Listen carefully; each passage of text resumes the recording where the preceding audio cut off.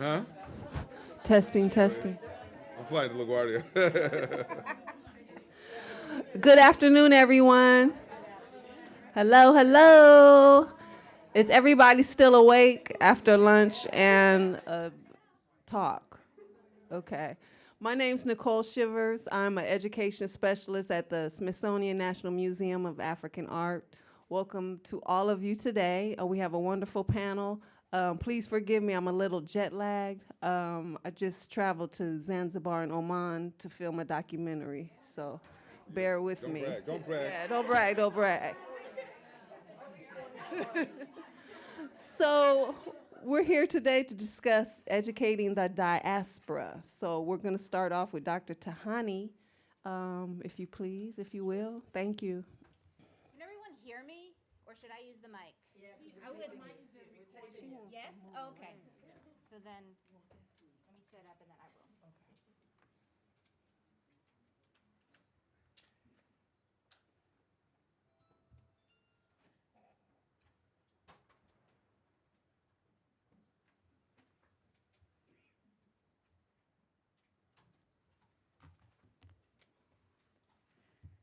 Okay, good afternoon and happy Friday. It's good to be here.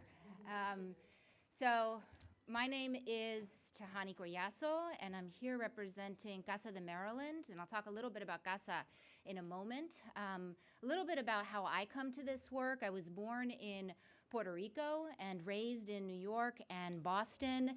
I, in terms of my research, focused on the Latino community in Washington, D.C., and how young people lived transnationally and drew upon those experiences as funds of knowledge in their literacy activities in school. My professional pathway has been a winding one, which has taken me from directing community-based programs in Los Angeles and Venice, California early on in my career, to spending hundreds of hours sitting in classrooms as part of research projects in Detroit and also in Washington, D.C. And then more recently, I've spent about 10 years cultivating outreach programs between the Smithsonian and schools in Washington, D.C., Brown University and Providence Public Schools, and then the University of Maryland and this area.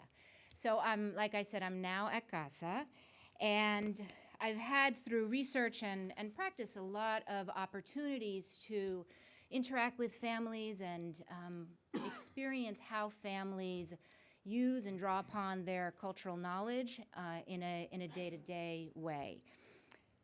Now, I'm not doing my slides.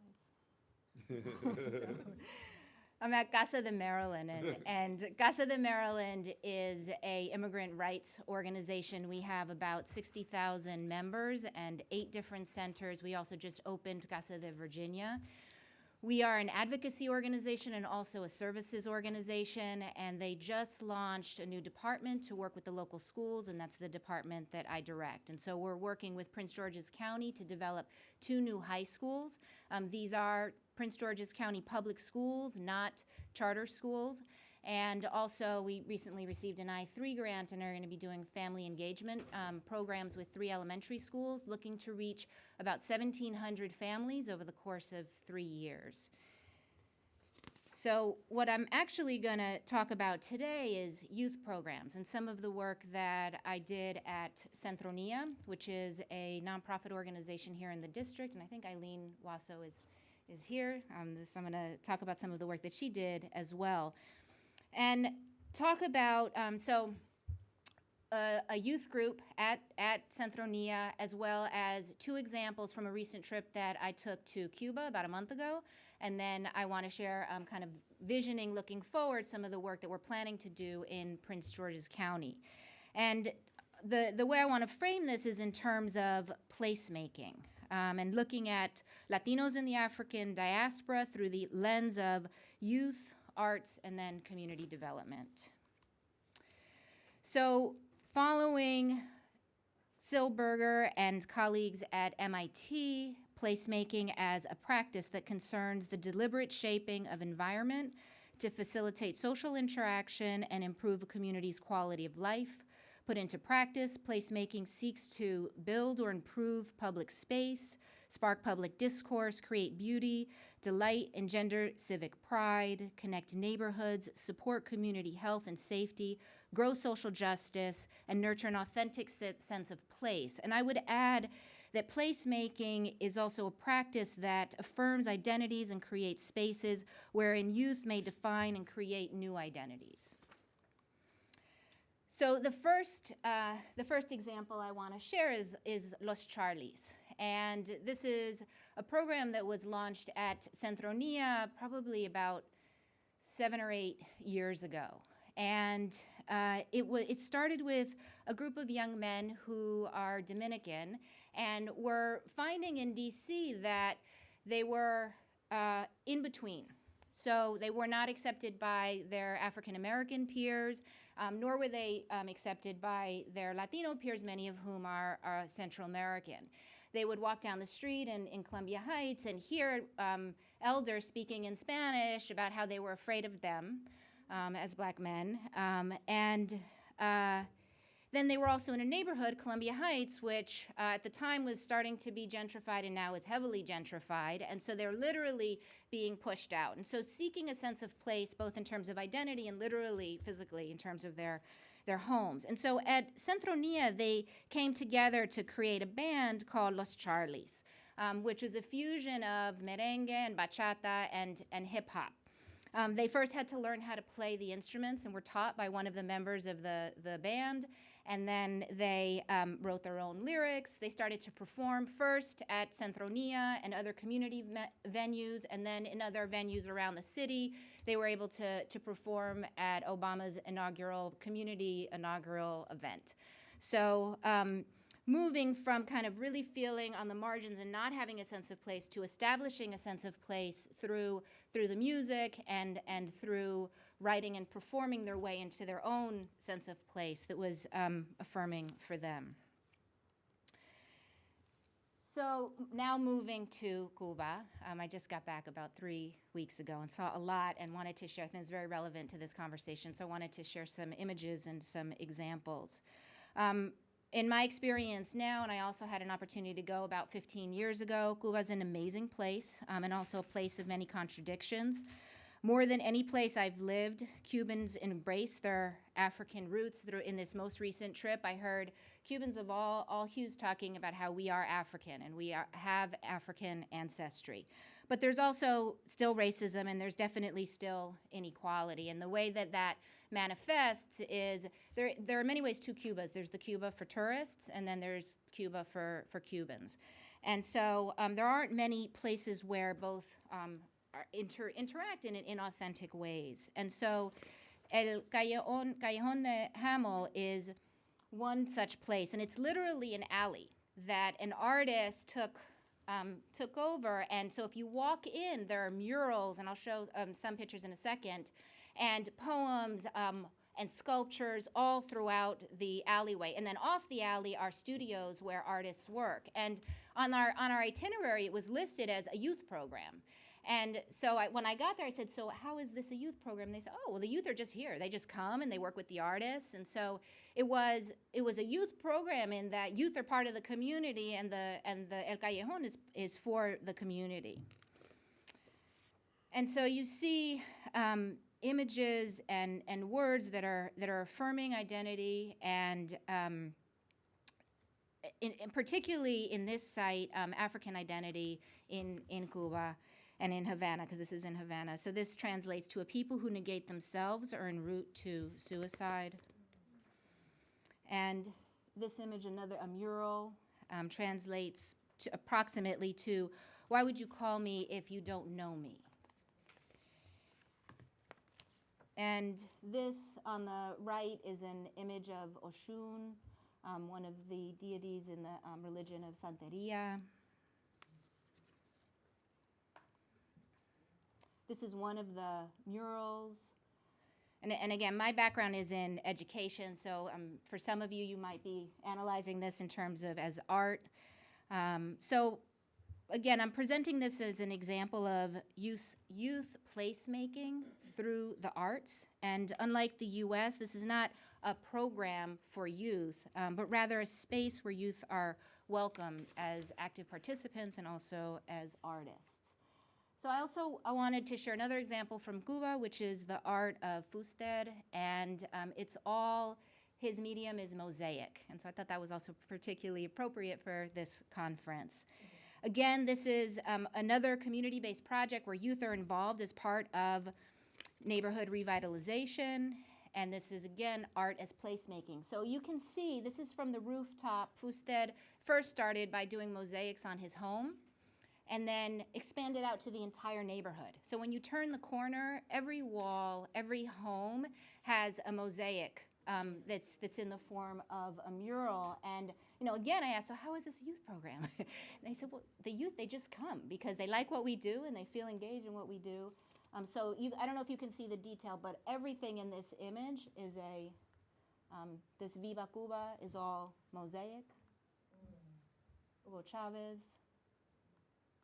There's another mosaic mural of Fidel and the grandma. And so now just currently, as I said, it's a new department and we're just starting our work in terms of the local schools, and we are using a place-based approach. We have a Promise Neighborhoods grant and also an NDI-3 grant, and so we'll be framing youth programs in ways where youth are active agents in the development of their own programming. Casa is an organizing organization, and so we'll be bringing the tools of organizing into the youth programming, and also working already with teaching artists to set up times to engage young people in conversations and in art projects that will help them define how they want to establish a sense of place in Langley Park. Particularly important now with the Purple Line coming. You saw the demographic shifts in the last presentation. So the community is growing, and I suspect gentrification will also be growing with the Purple Line coming through in the next 5 years or so. And so, for us to work with young people to really define these spaces and also teach them about some of the politics around this work is going to be very vital. So thank you.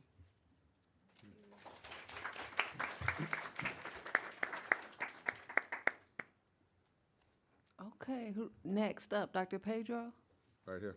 Okay, thank you. Okay. So good afternoon, and happy to be part of this panel and with all of you. So as we think about educating the diaspora, I'm going to focus my remarks on D.C. because that's where we are, and I think it's important to kind of ground the work here. And as we heard in several of the presentations, but particularly the one at lunch, there's this rich diversity in this community, both because of the immigrant population, but also because of this is Chocolate City. Diminishing perhaps, but it's still some chocolate left. And then on top of that, it's the nation's capital. So we have the Smithsonian, we've got all these cultural institutions that I would suggest that the potential for using culture as a resource to enrich education should be really great here, okay? Now, I have to apologize to Robert because my colleague over here, Robert Simmons, is today representing D.C. Public Schools. And so many of my remarks may sound critical, but I'm hoping that, especially since he's just on leave to D.C. Public Schools, he won't take offense. But because I've worked in these schools, and what you find is that rather than culture as a resource being used to inform the curriculum and instruction, what you find is an impoverished education. I'll just give you a very vivid example. A high school within just a few miles of here, you can literally see the nation's capital from this school. And it's a small school, relatively small school in terms of the number of students there. And unlike many of the other schools I visit, this is a high resource school. Okay? This is not a school where you can say they have no money. They spend a lot of money. I'm at a meeting with administrators at the school, and there were over 20 people in the room. This is a school with just about 600 students.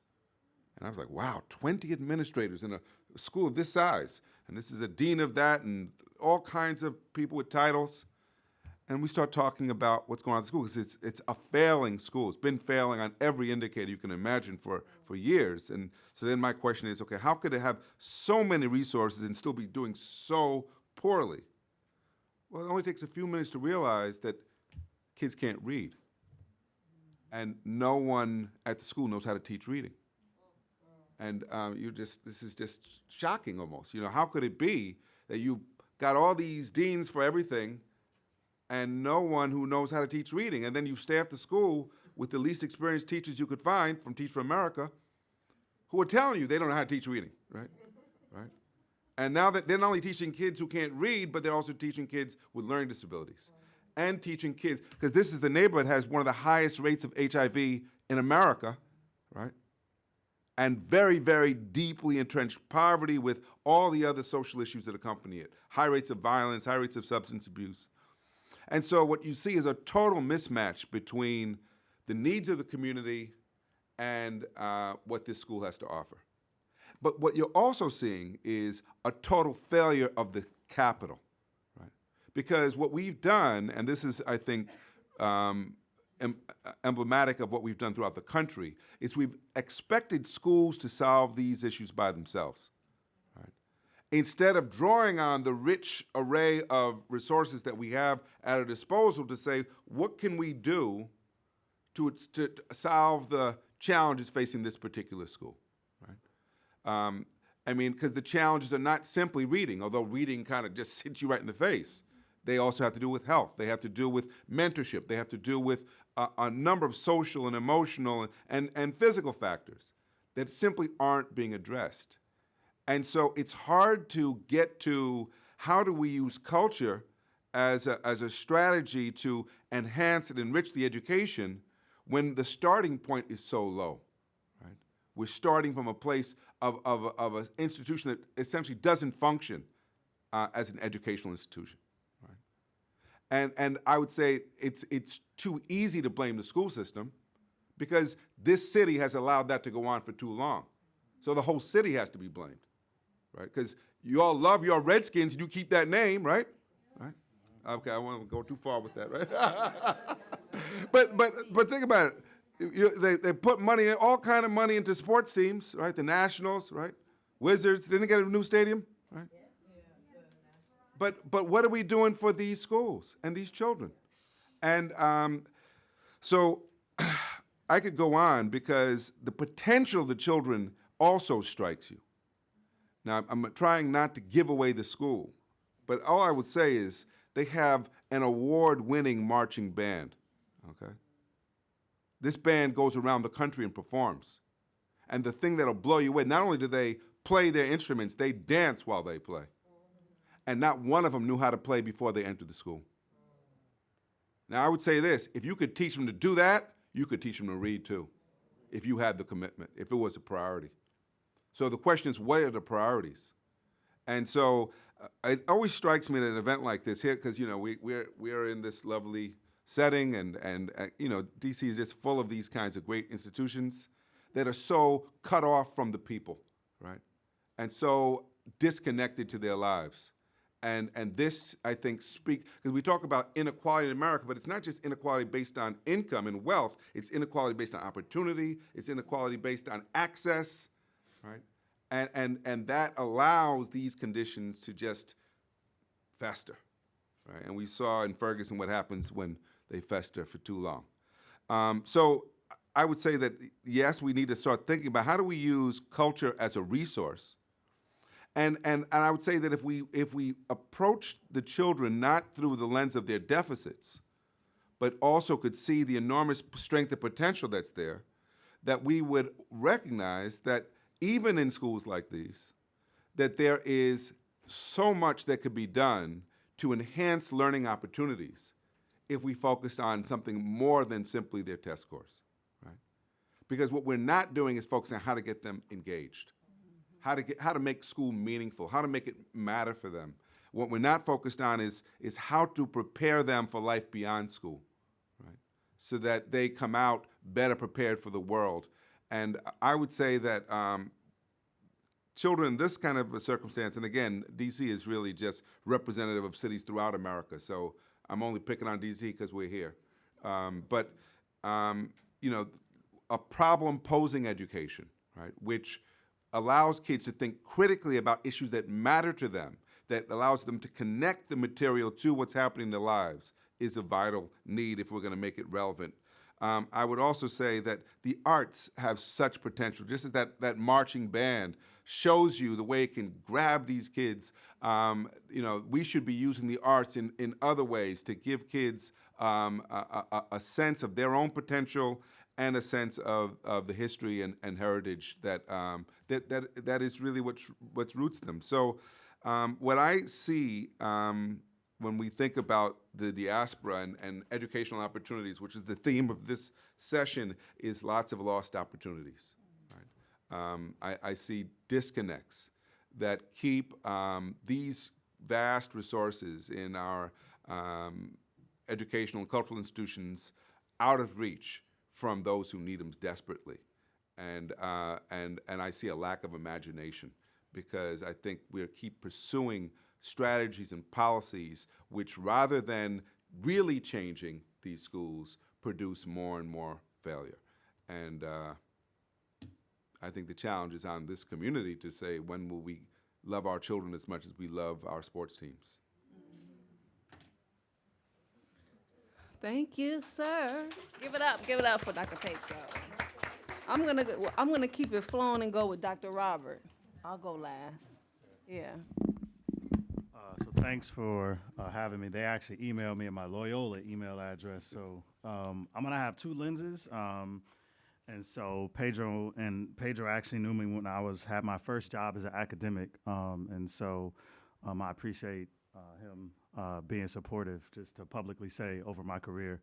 And so I have two different lenses to think about education in DC. One is the lens of someone who was a classroom teacher in Detroit, was doing community organizing, but also as someone who saw my father drug out of my house when I was 8, and spent my entire life incarcerated at Leavenworth Federal Penitentiary, even though he had a Morehouse degree, right? So that's one lens that I think about education in DC. But I also think about it as someone who has been able to view schools both as a researcher who studied schools in DC while I was at Baltimore running the Center for Innovation in Urban Education, but now as someone who sits as the Chief of Innovation and Research, where I actually go into schools and spend time working with students and teachers and administrators. So the first thing I want to say is that it's really ironic when we think about issues of race nationally to be talking about race in a building named after Woodrow Wilson, right? So that's a very interesting dynamic and dimension to the whole space for me. But I also want to say that in DC, there's a significant impact that gentrification has had on schools, right? So today I was at a school where the principal was asking me about African-American boys. And so it's context around My Brother's Keeper, so on and so on and so forth. And one of the things that the principal said to me was, you know, we have two separate communities in one school because of gentrification, and it's starting at the top. So in other words, because gentrification and how it's played out, the older students in her building are largely African American, but the younger students are mostly white because of gentrification. At this particular school, they've managed to kind of navigate it and had healthy discussions about race and equity in the building, and the principal is kind of leading the charge in schools similarly positioned in Northwest Washington, D.C.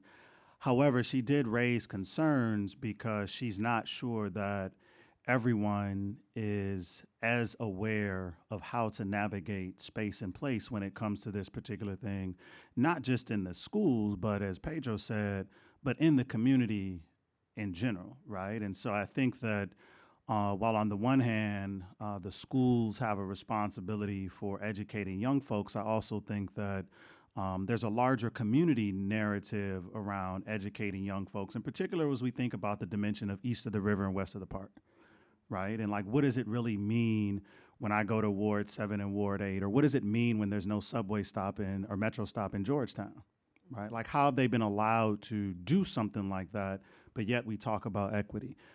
The other piece is that within the diaspora, there are multiple places in the district, in the schools, where specifically African-American Latino students are now going to school together. And it's created some interesting dimensions for many of our school leaders to kind of navigate. And there are many success stories of how to do that. And the former principal at Tubman, who I had lunch with today, Harry Hughes, we were talking about how he was able to lead a school that was mostly Latino, little bit of African-American students, and he was an African-American man. And we were having this conversation about what were the skills that he felt like he needed. And one of the things that he and I came to the conclusion was that we need to have different types of conversations, not just in the DC public schools, but in Washington, D.C., right? When it comes to managing these types of spaces, dealing with equity, and so on and so forth. The other piece of this is that when we start to look at the ways that schools have become so different in DC, it's really important to think about how we're engaging the community in these conversations. And someone asked me the first, I don't know, month that I was here, like, we never see you in central office. And I said, well, I'm a teacher by training. So like, sitting in here is not for me, right? Like, I just can't sit behind a desk, right? And I probably spent 12 hours a day talking to people. And at one point I went to Union Station. I was actually lost, but I was trying to find my way back to central office. And there was these young brothers standing outside. And I certainly wasn't dressed like this, but I had on like a t-shirt and some jeans. And my t-shirt had this Detroit versus everybody slogan on it. And so these young dudes are like, hey man, where you from? I looked at my shirt like, where you think I'm from? And so we had this long, I mean, it made sense to me, but we had this long conversation about the parallels between Detroit and DC, right? And I asked them why they were at Union Station, and they said, well, what do you mean? I said, because it ain't a whole lot of us at Union Station just walking through. And they were like, well, what you mean? Like, what are you talking about? So we had this long conversation about spaces and places in DC that are Washington. Then we had a conversation about DC. Like, there's DC and there's Washington. Like, let's be honest, right? And like, what does this really mean? And so these young brothers and I having this conversation. And so I lead a conversation, and, you know, they were like, oh, well, where you work at? So I told them, and they were like, what? I was like, yeah, so, you know, come by, you know, we could have lunch. And they were, you know, juniors and seniors, and they thought I was joking. So I gave them my cell phone number. So one of them texted me a week later. And like, we literally went to lunch, right? And so ever since then, like, I've been mentoring this group of guys, right?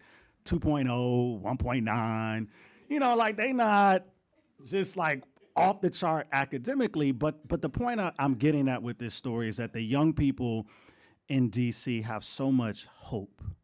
And I think that the hope needs to be nurtured, and not like Jeffrey Duncan Andrade talks about, like hokey hope, right? Like, not that type of hope, right? But they have a strong belief that what's in this city either belongs to them or doesn't belong to them, depending on who you ask and where you go. And the other day, this group of brothers, we went to the MLK Memorial. And so I brought with them, because my mother has a considerable FBI file from being a Spelman and raising the roof a little bit.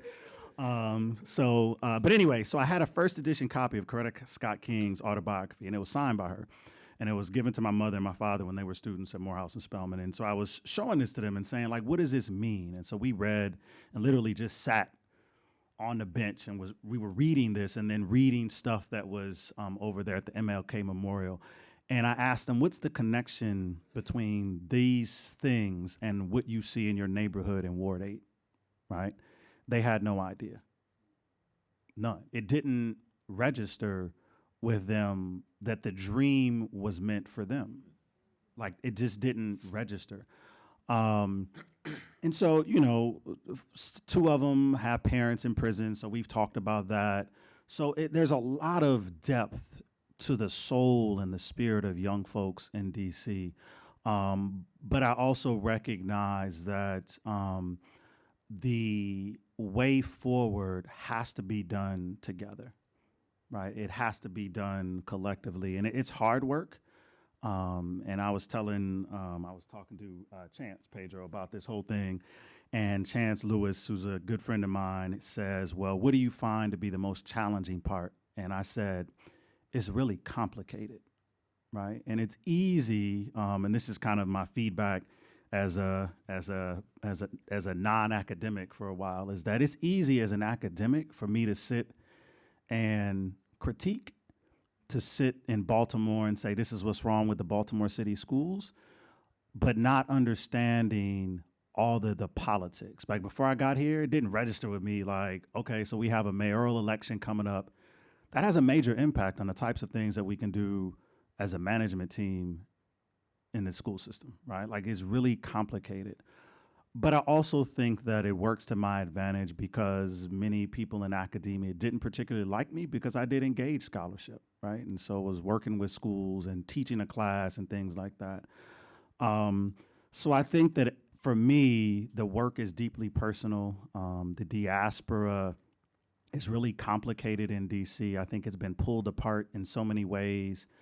And sometimes I wonder, in 10 years, will DC, like I didn't say Washington, will DC perhaps look like Detroit if we're not careful? Thanks.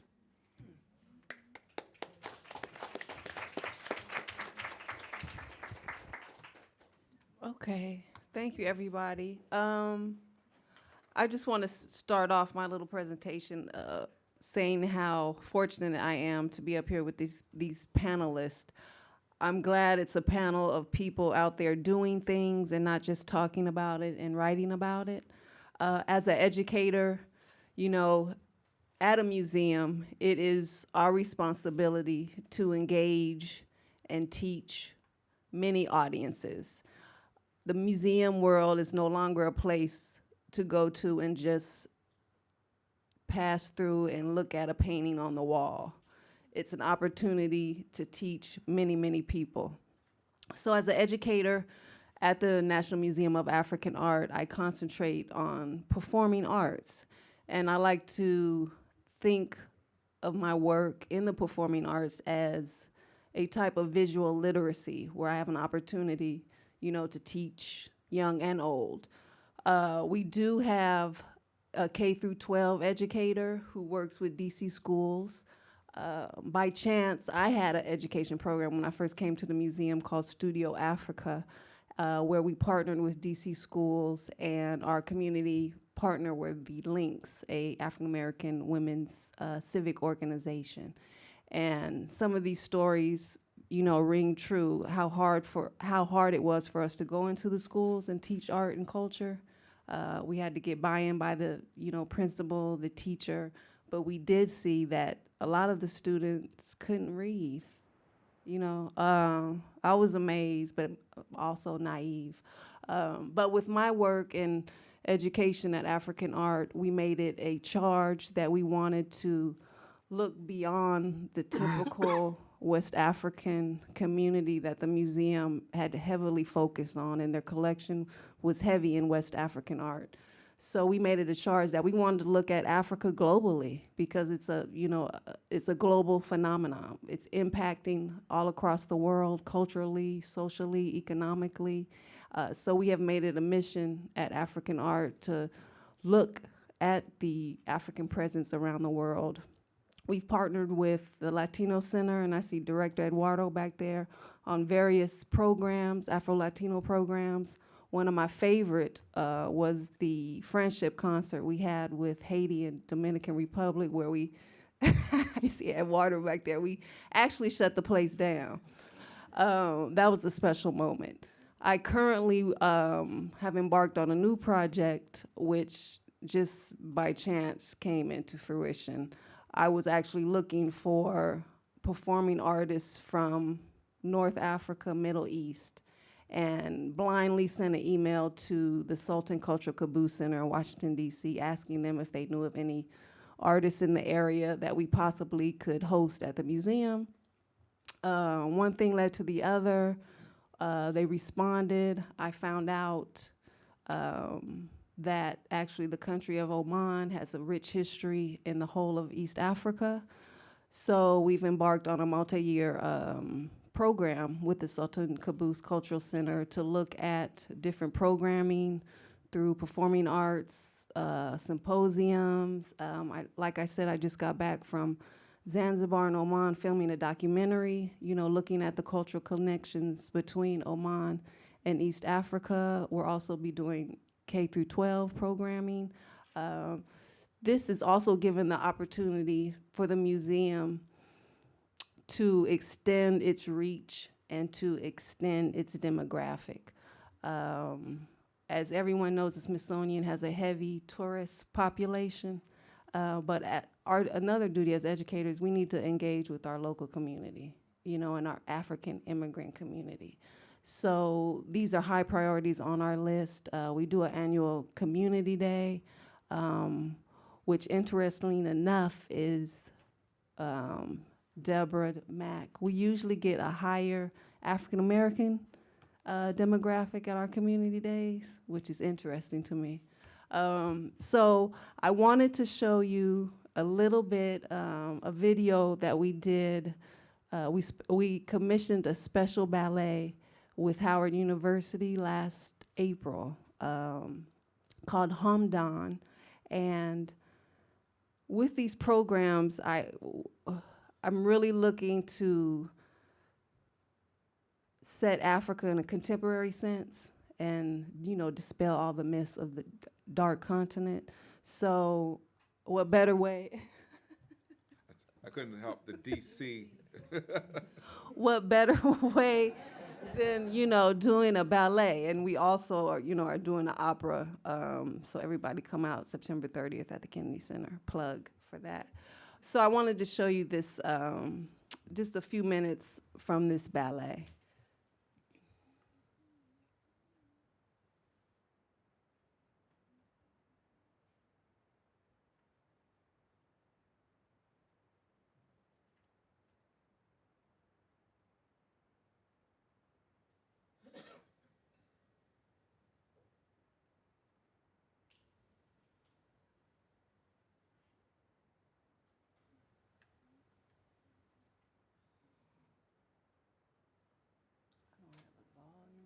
Does anybody know how to do volume?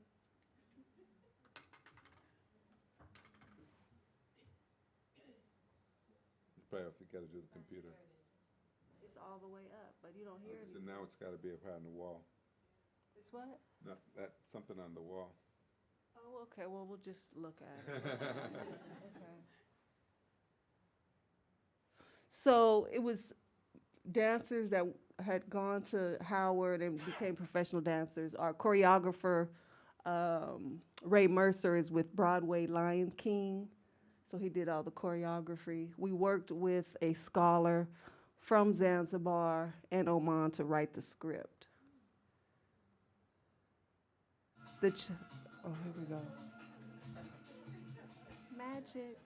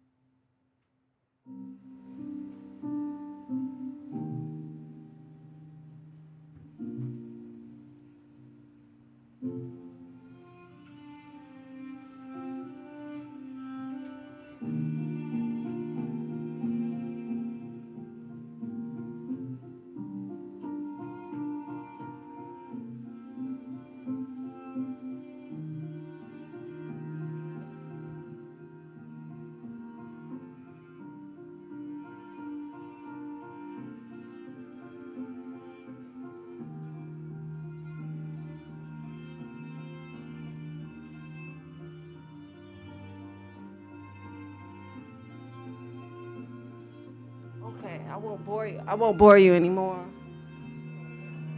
Is that boring? Okay.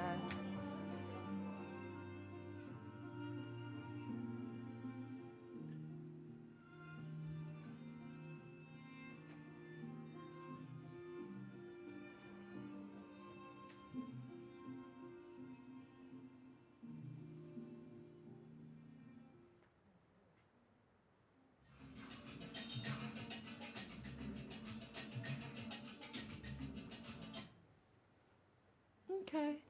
So, in closing, I just want to say educators have a big responsibility. The role of the educators has changed in the museum world. They're no longer the low man on the on the list. We have important responsibility, and I'm into doing and not just talking. Thank you.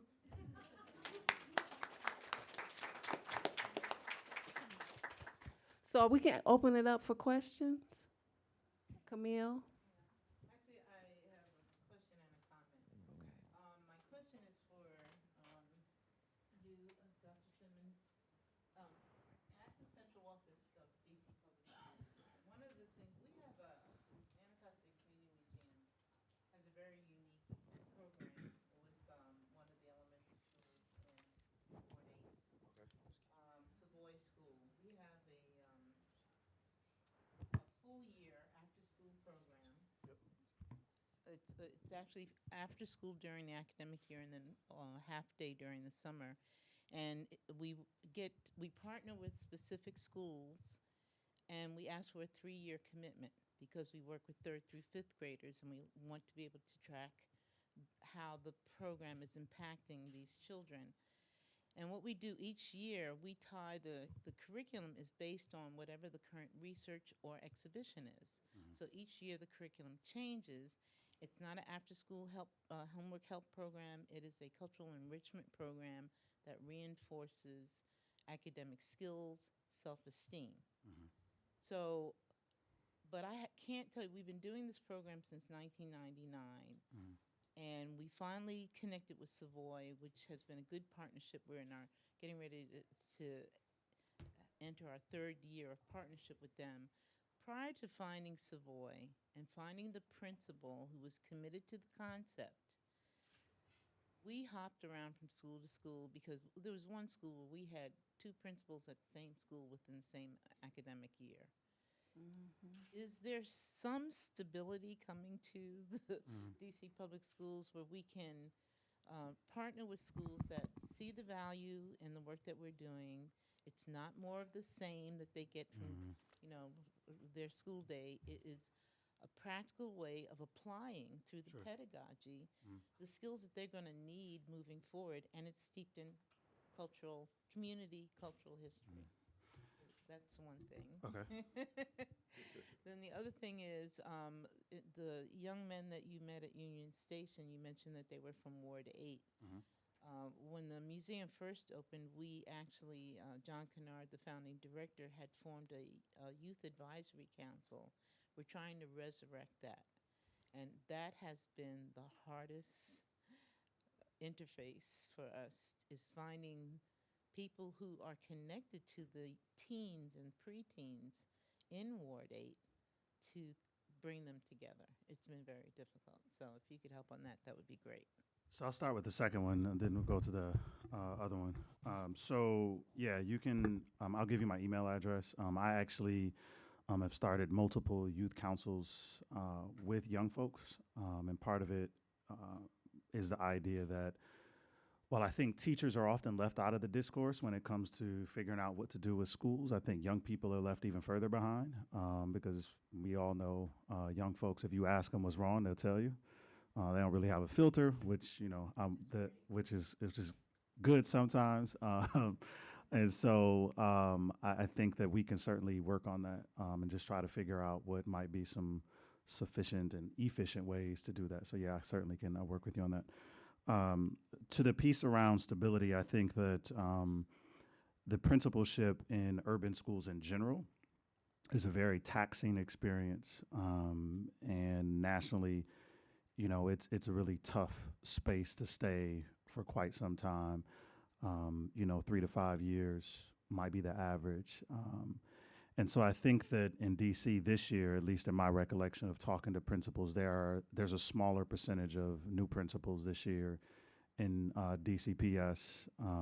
But for me, I've also spent a large chunk of my time talking to the new principals to make sure that they aren't new principals someplace else next year. You know what I mean? Because the stability is important, and I know that from the chancellor all the way to folks who work directly with principals, they recognize that.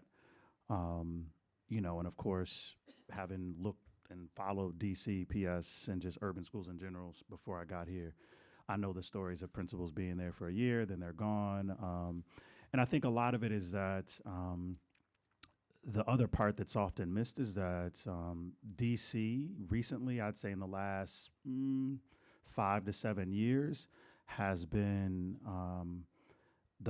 prior to the 7 years, 7 years before, DC was exporting people, right? So in other words, other counties would have this view that if you can make it in DCPS, like you can do it other places. And so I think that's a part of the narrative that's often missed, is that a lot of the good principals in DC, even if you can do it in DC, even if it's short, like a year, and raise academic achievement, they'll call and they'll try to get them to leave. And so I think that part of the narrative is somewhat missing. And I think why principals leave, often there was a principal that I met, I don't know, in June, who wasn't there in September, and she left because she got married, right? But the narrative isn't that she left because she got married. The narrative is whatever exists in cyberspace, right? So I think it's complicated, but I do agree with you that there needs to be stability across the board, both principals, teachers, central office, in general, in the school system. And I do know that there have been some conversations about, some very frank conversations about what that looks like, why that's important, because the research speaks to stability and leadership in urban education being one of the key factors, in addition to having a quality teacher in front of students. So. I have a question. Well, first, thank you, all of you. The presentations were just wonderful. I have a question about the dancers. Were they from Oman? Did they come here from Oman? No, they were D.C. and New York. Okay, I just have a question about the education of girls in Oman. I remember several years ago, Debbie Allen was commissioned by the Kennedy Center to do something with Oman. Yes. And I remember her saying that the young men from Oman were in her performance here, but the young women weren't permitted to leave Oman and come here to dance here. So I wondered if you have any comment about the education of girls in Oman and in other places as well. If you want to comment on that as well. Sure, thank you. From my experience and who I've talked to here and in Oman, girls are equally educated. With the onset of the new sultan that came in 1970, who ousted his father, they're calling it the Renaissance because of him opening up Oman to the world and educating women and all of that. So. And I know Debbie Allen did Oman at the Kennedy Center.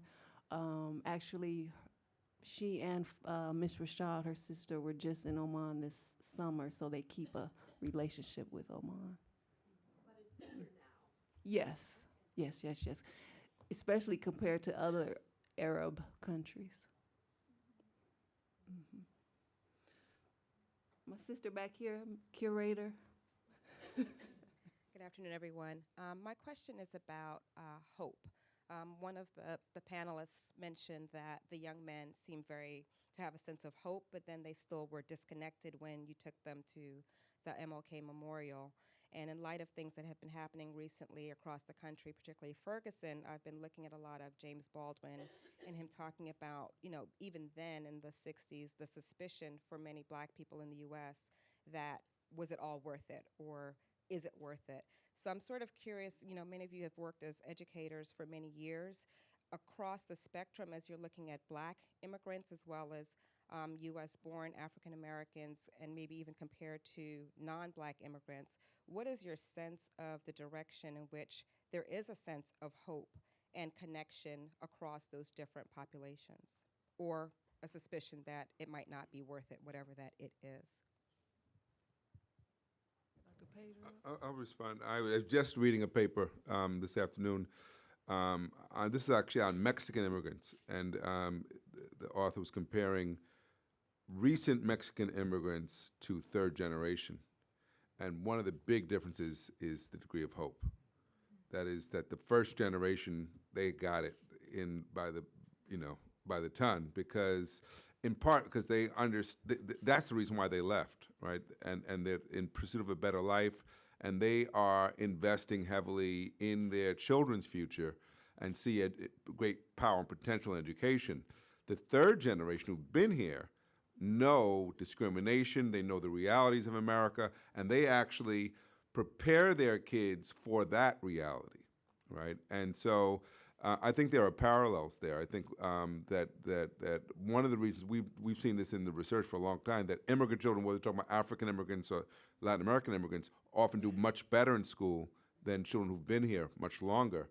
And I think a lot of it is this kind of intangible quality. Some people attribute it to work ethic, but the work ethic is a lot about hope and whether or not you actually believe that by applying yourself, you can improve your life. And sadly, I think that is an experience that many of our kids don't get, particularly those who've been here over multiple generations. Go ahead. Right here. Or with someone, oh, down there. Okay. Hi.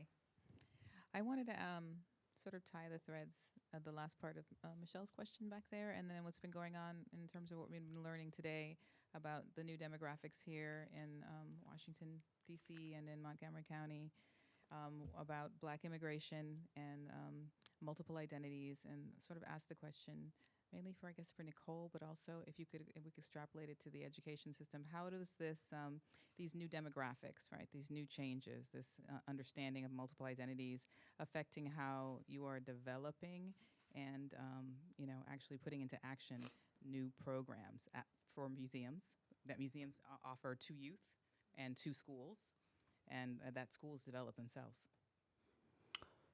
Good question. I'm thinking.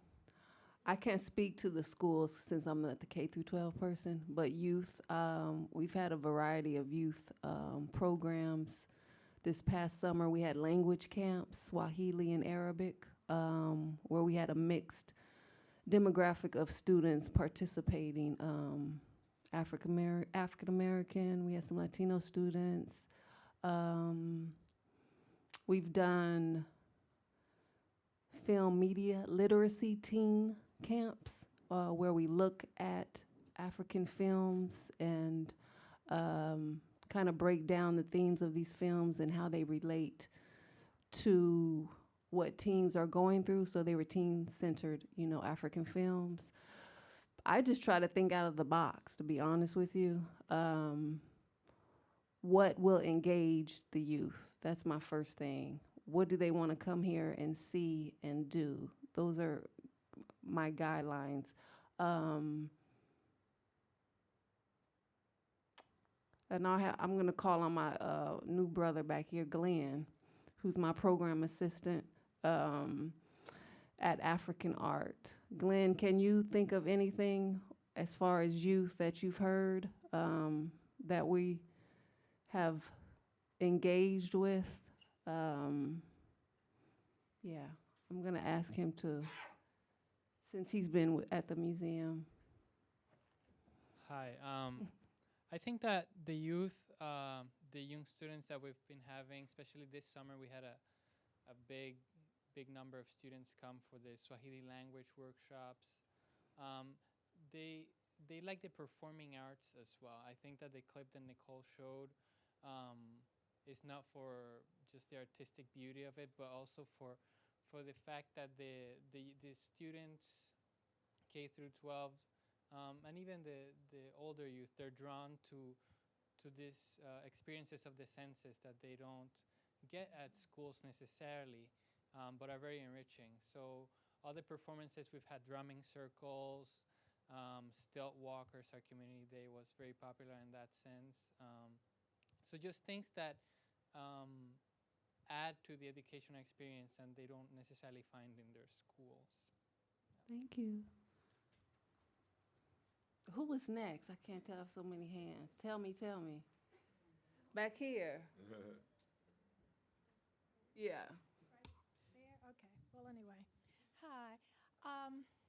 I've lived in a number of cities with lots of museums and lots of schools of higher education. So for all the PhDs that are here, and a lot of times the kids who live in the city, yeah, they can't read and they're deficient. So I would like to know, like in 2014, with all these schools of higher education, like in Boston and New York and DC, we're resourced with museums, we're resourced with higher education. Is there any connection? I mean, are the higher education, are the teachers in these schools, the students who are becoming the future teachers of America, are they reaching out? Are they participating in any of these places where you have kids? I mean, it's just a shame that we have all these resources on campuses, and I'm not hearing that there's any connection with them. Can Pedro or? Sure. I mean, I know in New York at least, kids are regularly going through the museums, right? And kids are regularly going on tours of campuses. But you need to do much more than that, right? That is that before you take a student to see an exhibit, this preparation has to happen so they will understand the exhibit and appreciate the exhibit. And same thing when you take them to a college campus. So the connections can't just be about a field trip. They've got to, I mean, that's why I was glad to hear what you were describing. It sounds like a much deeper kind of connection that's being built so that when you take them to the King Memorial, they will have some perspective of who King was, and they will appreciate the significance of it. Because I think you're absolutely right, though. There are, we live in cities. I mean, Boston has more universities than any city in the United States. And you have plenty of schools with no connection, no meaningful connection with any of those. So this is a reflection of our fragmented society, right, that we live in, and the deep inequality. If I could also, so the children and young people, youth, many of whom may not, some of the kids who I've worked with may not be able to read, are still making sense of the world in very critical ways and are critical thinkers. And so I want to note that. Yes, I think it is important to prepare kids before going to the museums, but it's also important to give kids the tools of the museum. So some of the most powerful experiences that I've had with kids are where we taught them about museum design, taught them about the different objects and how curators select objects, had them think about what objects represent their own lives, and then construct exhibitions to depict their own lives and their own stories. So I think that's something kind of moving forward and thinking about intersections between museums and universities and classrooms, that it's not just about making kids better consumers, but giving kids the tools so that they can create themselves. Did you want to say something? I mean, I guess I've always, at one point I wrote a paper about the disconnect between communities and universities. And I actually place a large chunk of the blame at the feet of the universities. And I think that, I mean, Pedro can speak to this, is that a lot of, for faculty in particular who have that as a part of their interest, it's not necessarily incentivized.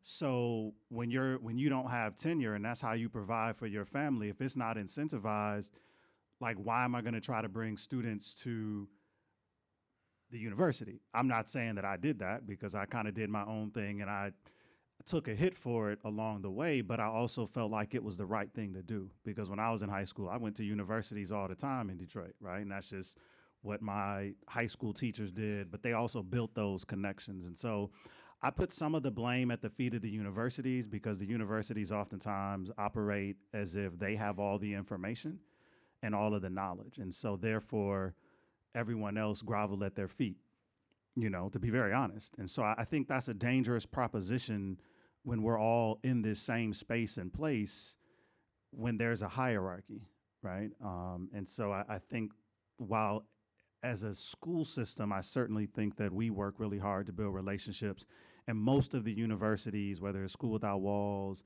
Ballou, Roosevelt, wherever we're talking, most of our high schools in particular have relationships with the university in some capacity.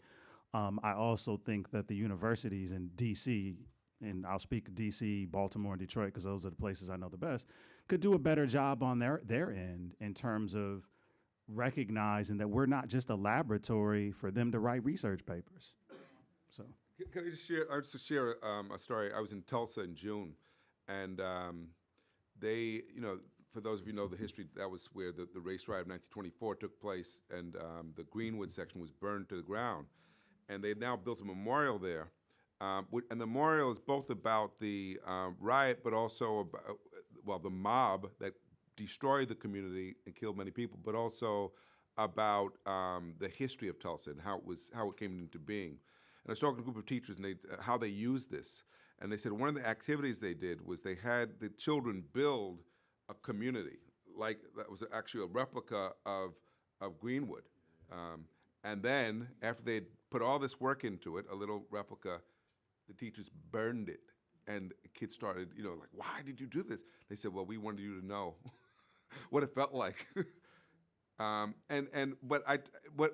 that might seem cruel, but you talk to the kids, that gave them an appreciation for what happened in a way that just a story about it or even a film about it probably never would. So I think that as curators, you have to also think, how do we take what we have to provide and make it powerful learning experience for young people? So that when they come and they interact, they come away moved and transformed so that they can become creators. I think Tehani's point is well taken, that we don't just want them to be consumers, but we want them to also see themselves as producers of art. Sister with the glasses and the black top. Thank you. Thank you all so much for this presentation. It's been really wonderful. I'm Black American. I have extended family from Dominican Republic, Haiti, and Ethiopia, so I tend to work and volunteer across both communities. And then I'm also a part of Black Immigration Network, so we look at the mass criminalization of people of color. So we look at things like immigration, mass incarceration, detention, deportation, and just hearing a lot of the things that were talked about. There was mention of placemaking and using culture to enrich education. Dr. Robert also talked about how his father was part of the system of mass incarceration, and just hearing a lot of these things and looking at the Black immigrants who are trying to make their way to the United States today, particularly the Garifuna community from Honduras. There has been, talk amongst that community of it possibly being easier for them to escape immigration or la migra because they can pass as Black American, but thinking about the fact that they're actually passing into a second-class citizenship, which is what we have in this country. So is there, and then there was talk about Detroit and Ferguson. I had a chance to visit Ferguson as part of the Black Lives Matters rides. But do you all see a space, since we're talking about the District of Columbia, for placemaking, for creating a space for young people that perhaps could involve educators and parents, where the young people can start to create a sense of their own community, almost like the old social and pleasure clubs of Black New Orleans back in the day? And then how can we guarantee that those spaces are not co-opted or disrupted, and that they actually serve the purpose of giving young people a space and a voice in a place like DC, and perhaps a place for education and things that they might not be receiving in the schools?